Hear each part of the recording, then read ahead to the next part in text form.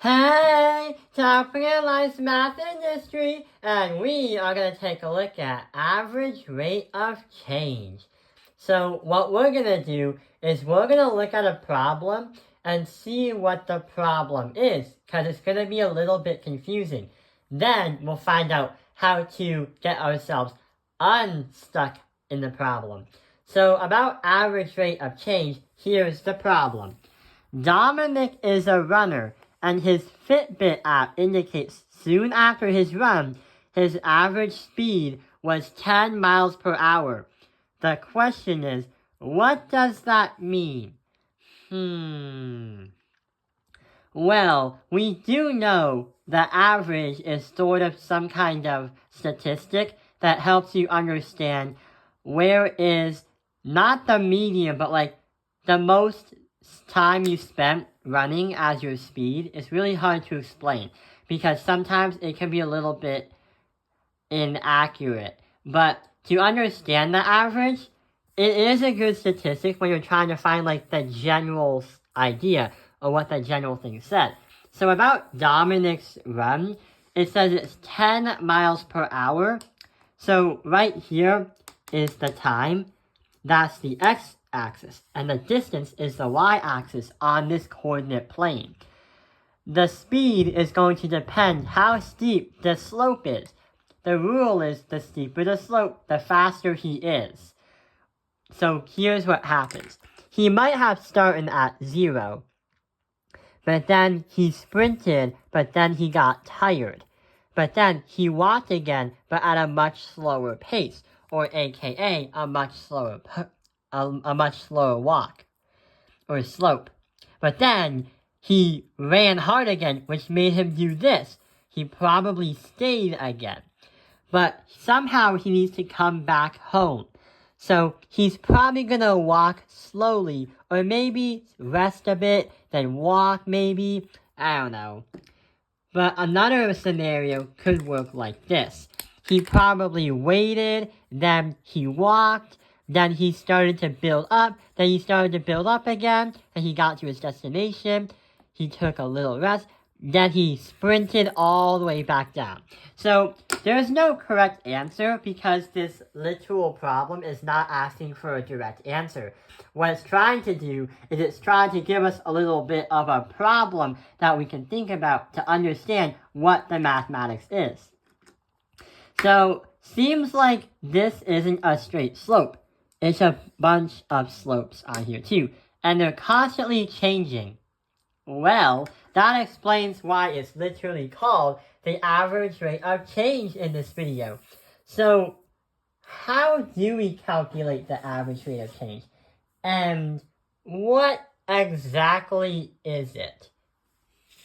So, the average rate of change is similar to slope because we kept talking about the slope of how fast he ran. But it expresses that not all rates of change are the same. So if you go from one point to another point on the graph, like if I went from here to here, or if I went from here to here, this slope is going to be a different rate of change than that slope. Here's what exactly happens. So right over here is another graph. And it's not really tied to the same story problem as the one we saw earlier. But here's the problem.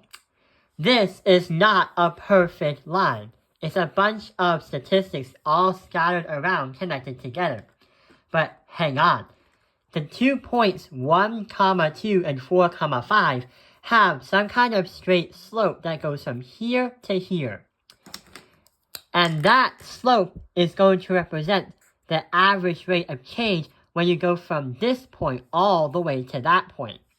If you were applying this to Dominic's running, assuming he went from here to there, then 10 miles per hour would represent the slope nearest and closest from here to there, even though it may not be 100% accurate. But wait, what is that line called? What is the red line called? Yeah, it's called the secant line.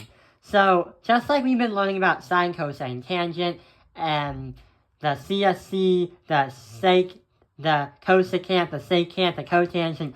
This red line is called the secant line, and it's literally a straight line that connects 2 points on a non-sloped graph to understand the rate of change.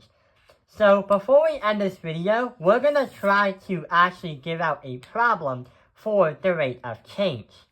So we had to do and use the points 1, 2, and 4, 5. But wait, how do we find the rate of change? What formula do we have to use?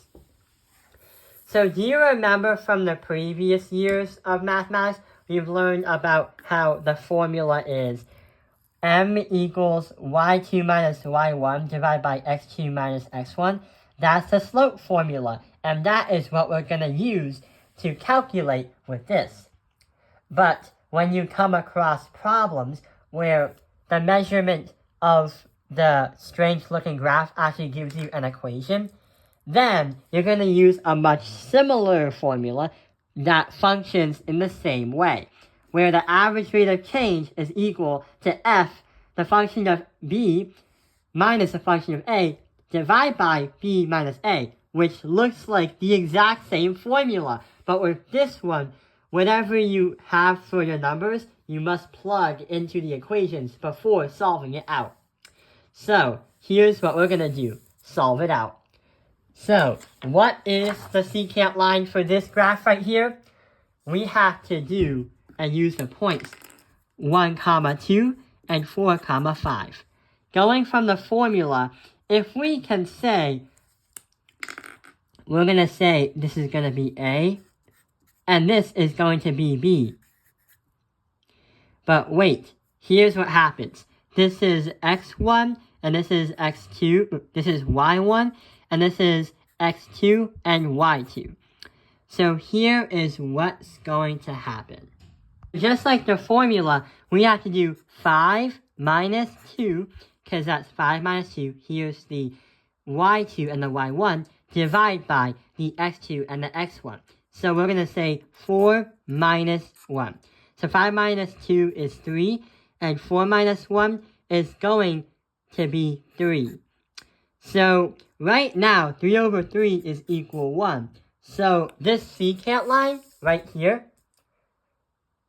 from here to here, is going to have a slope of 1. So that is how we can understand the basics of the average rate of change.